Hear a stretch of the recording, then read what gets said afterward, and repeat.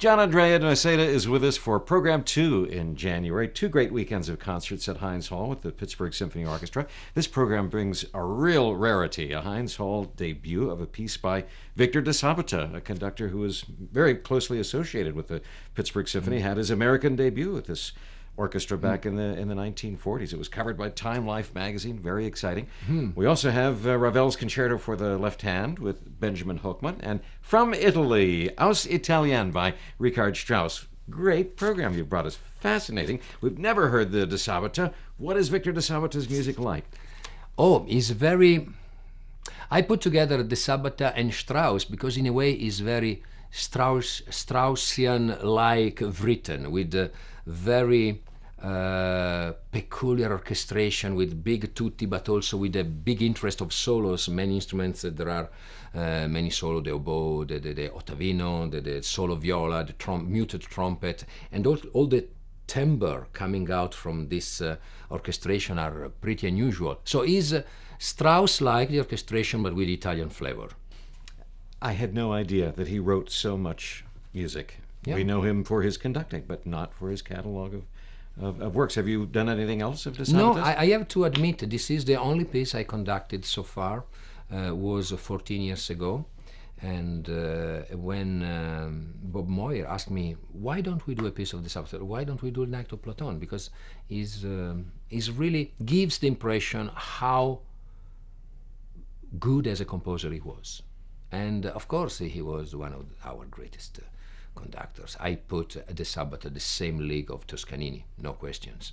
Now remember, you hold the Victor de Sabata guest conductor's chair. Yes, of course. I'm delighted. Yeah. Bravo. And Ravel's Concerto for the Left Hand this weekend, also a wonderful specialty, written for the pianist who had the use of only one arm following the war, Wittgenstein. And amazing, if you had your eyes closed, you wouldn't know it was one hand only.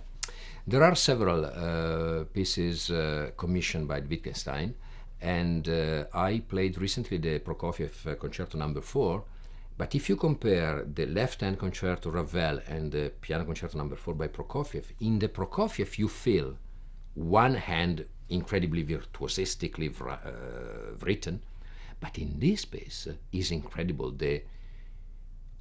let's say, the intuition of Ravel, how to distribute with only one hand all the music material. If you close, you're right, if you close your eyes, you think, how is it possible to play this with one hand? Johannes Brahms told Richard Strauss as a young man, you should see Italy. Go visit Italy. This is a beautiful country. Strauss went, he fell in love with Italy. I must write about it in music.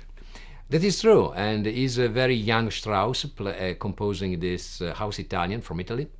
To be honest, is Italy from the point of view of a not Italian.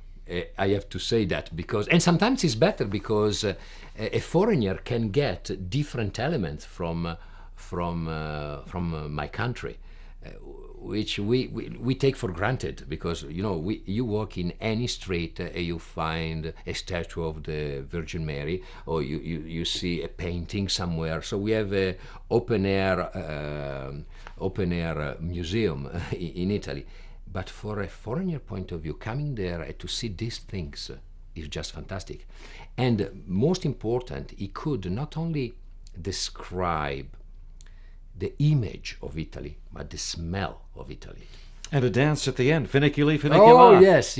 Also this very famous, sort of tarantella, Funiculi, Funicola. But the way he treats this music is fantastic because at the beginning is so recognizable, but after that he makes fugue, canon, and sometimes you think, it's the same music, but the way he's treated is absolutely new, absolutely genius.